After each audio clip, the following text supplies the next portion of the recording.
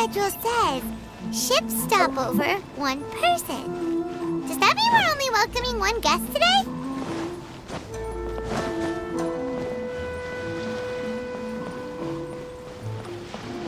Look!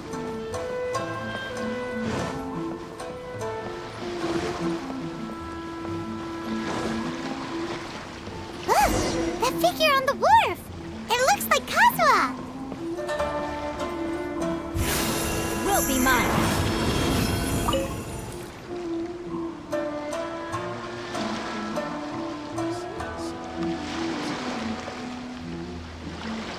Greetings, traveler in Paimon.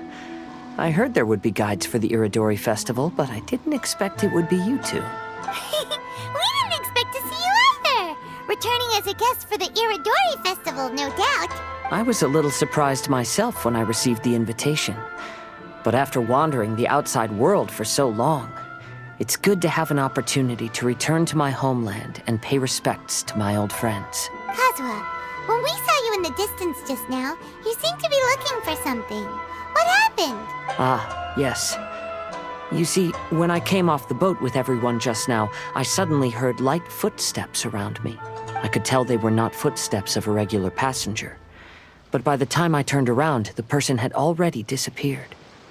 I only heard a splash come from below the pier. Even though I didn't manage to catch a glimpse of them, I found this strange piece of paper by my feet. Oh, does the paper happen to have a poem written on it? Huh. How did you know? Fascinating. It's almost hard to believe such things could happen. Sure, here it is. Please, have a look. Last time, Aoi no Okina's poem ended with a reference to Akihito. And sure enough, this is a story about him. The story this time basically says that Akihito got his name from his love of red seals. However, the shogun discovered that he had committed plagiarism, and he was soon exiled. Well, if Paimon were to rate today's story, it sounds pretty unfortunate. I don't think there's anything particularly wrong with this story. I too was once wanted as a criminal by the shogunate, so I'm not all that different from Akihito mentioned in this story.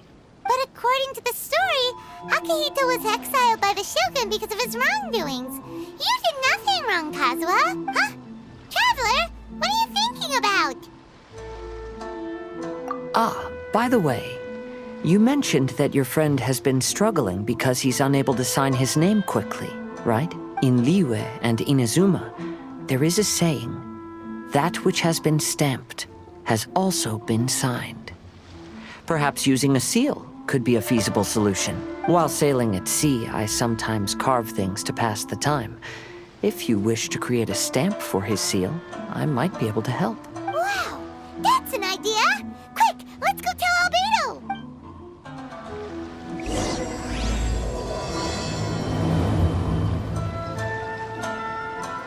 More speed.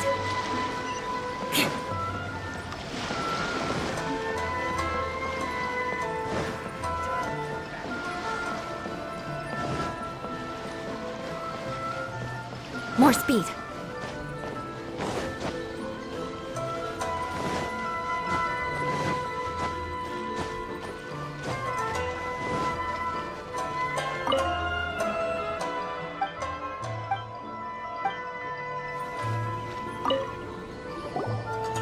Albedo, we figured out a way to help Shincho! Interesting. A story of the 5 Kasen appears again, and with a timely solution. A stamped seal, huh? Let me think. Indeed, it is an efficient solution. If we use a stamp, then Xingqiu won't have to struggle with his handwriting anymore. However, since Xingqiu's signature has been previously revealed to the readers, it would seem insincere if he only used the stamped seal for his new books. But I have another idea.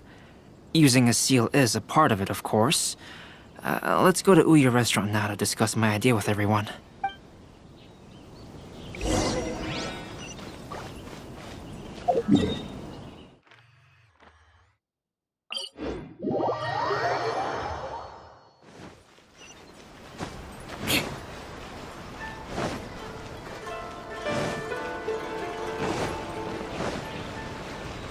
More speed.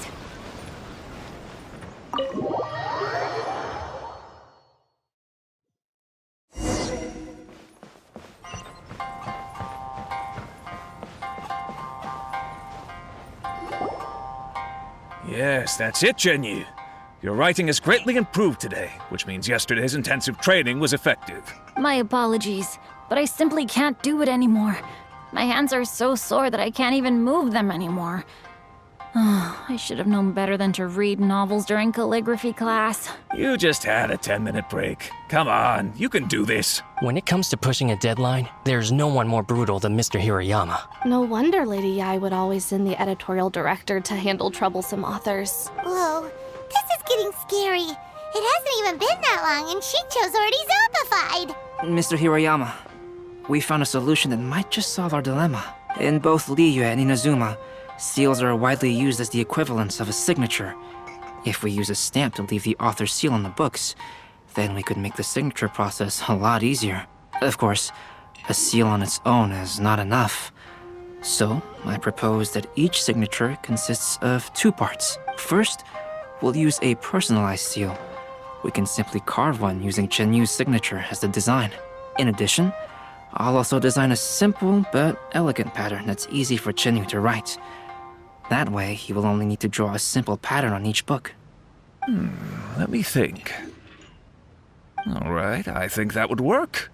Not only does it still involve the author's own handwriting, but the result should be very beautiful as well. So, what you mean to say is, I've been saved from this predicament? Mr. Hirayama, it suddenly occurred to me that the reason we gave up on live book signings previously was because it would take too long for the author to sign each book. But if we adopted Calx's proposed method, we might have enough time to do signatures at the live event. And if all the authors signed their books in the same fashion, then Genyu's signature wouldn't look out of place. If you think it's feasible, I would certainly be happy to design signatures for the other authors as well. Yes, and you may leave carving the stamps to me. In that case, I shall contact the other 2 authors participating in the new release event. It is a great honor to use a signature designed by Calx. My pen name is quite complicated and isn't suitable for signing events. However, if we implement this new format, then it'll be a dream come true for me as well. Great! Looks like everyone's on board with the idea. I'm sorry to have kept you busy for so long, Genyu. Please, take the next few days to have a good rest. We'll handle everything from here. The books that Genyu already signed can be used as special prizes in future events held by the I Publishing House. We did it. The event is saved. Thanks to everyone's efforts, Onodera and I are finally free of that mess. That's right! You're finally free, Shincho! Maybe you should step outside for some fresh air.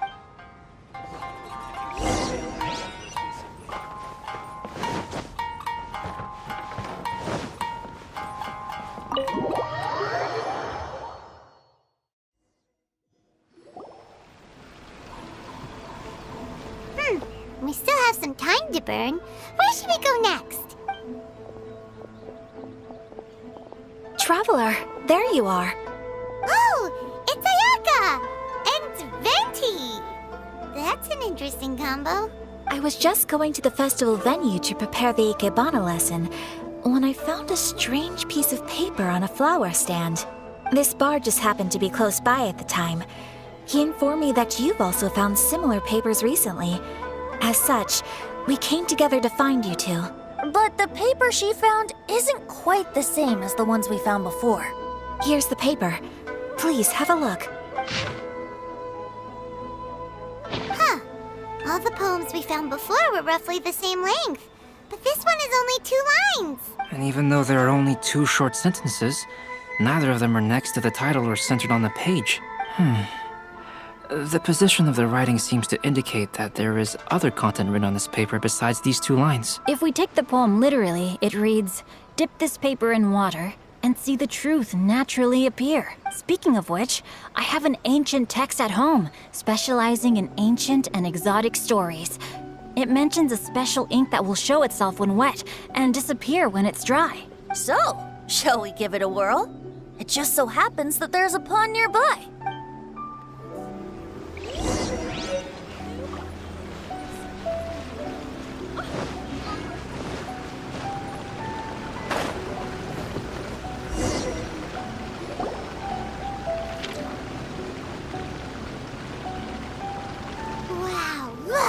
It's really working! More words have appeared on the paper! Let Paimon see what it says. The story says that after Sumizomi got the collection of poems from Akihito and put them into a stream of water, the plagiarized words in the poem became blurry. Huh? Why would that happen? You see, Paimon, in the past, when printing was not yet well developed, handwritten text could easily become smudged in books when exposed to moisture. To ensure the text lasted longer, they'd either write using a special ink or coat the paper's surface with a waterproof coating once the writing was finished. Such special inks are time-consuming and laborious to produce, and the waterproof coating could also prove just as difficult. However, since Akihito's poetry collection was an important gift to be presented to the shogun, surely one of those two methods was used to protect it. But as for the plagiarized poems, not only would they lack Akihito's seal, but the words would also react differently when exposed to liquid. Which means Akihito didn't plagiarize his work. He was set up! Yes, it appears that this is the truth that Sumizome's story is trying to convey. Although the story is saddening, I've decided on the subjects to use for Akihito and Sumizome's portraits. Kazuha, Ayaka, would you be willing to be the models for my paintings? I would be delighted. Yes, as would I. There you go. The next two portraits should be ready in no time. Yes. And now that all 4 stories have all been collected, the story of the 5 Kasen is now fully completed.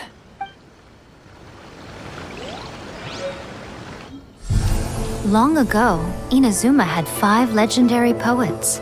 People bestowed upon them the title of the 5 Kasen. One year, the poet Suiko made his way to Tenshukaku and presented the Kasen's work for the shogun's perusal. But a page from the works of Aoi no Okina had been torn out, and Suiko was questioned regarding the matter. Suiko pleaded guilty. He admitted to drinking at the tavern the night before, and vaguely recalled a mysterious figure approaching while he was intoxicated. That figure was none other than Aoi no Okina himself. This turn of events had begun with an unnamed individual, under whose coercion Aoi no Okina was forced to take drastic measures to retrieve a page of poetry. He knew nothing of this individual's true intentions. All he knew was that the poem had to do with an old acquaintance, Akihito. Akihito had once belonged to the 5 Kasen. Each poem he composed, he marked with a scarlet red seal, hence the Aka in his name. Such a distinguished writer was he, and yet one of the poems he had submitted the previous year was found to be plagiarized. Akihito was exiled for his crimes, and only 4 of the 5 Kasen remained.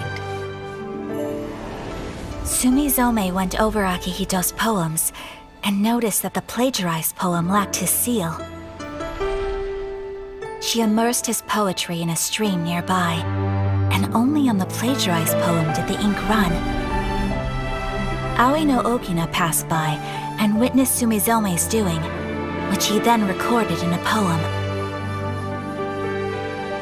Thus transpired the events of Suiko's poetry submission, and this is where the story comes to an end.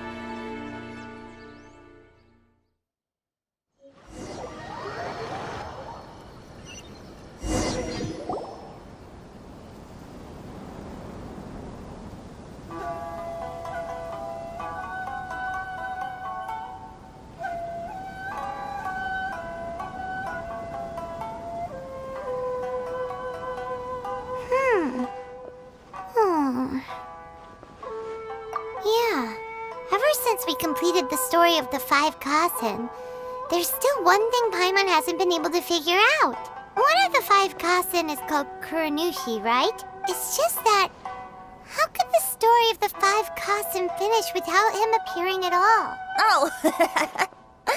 Oh, have you really not noticed? Huh? Not noticed what? This is no time to be playing games, Tone Deaf Bard! What he means is that the story of Kuronushi was already embedded within the 4 poems. Huh? Really? That's right. The key lies in the poem that Aoi no Okina wrote after seeing Sumizome rinsing the poetry collection. An average person could never understand the scene of a young girl washing Akahito's poetry collection in a stream. Even Aoi no Okina couldn't figure out the meaning behind Sumizome's actions. He was simply reminiscing and thinking about his old acquaintances. However, for the perpetrator who framed Akahito, it was completely obvious. He was worried that if this poem was seen by the Shogun, then the Shogun could discover the truth behind the plagiarism incident. If that happened, then he'd be finished. So, in desperation, he threatened Aoi no Okina to make him tear out this poem. Which means the one who threatened Aoi no Okina is the same person that framed Akahito. What? Kuranushi? That's right. Though there are only 4 poems, they still managed to tell the complete story of all 5 kasen. Since the Shogun mentioned in the poems is certainly not the one of the 5 kasen, the only character left is the mysterious one with an unknown identity. Oh, okay. Paimon is finally starting to get it now. However, this also brings something else to mind. The story of the 5 kasen has more or less reflected everything that's been happening around us lately. Which begs the question, is there a Kuronushi in our world as well? A Kuronushi? In our world? Speaking of which, I wonder if our dear Kazuha has come up with anything. Oh, right! Kazuha! He's been pretty quiet this whole time. Let's ask him.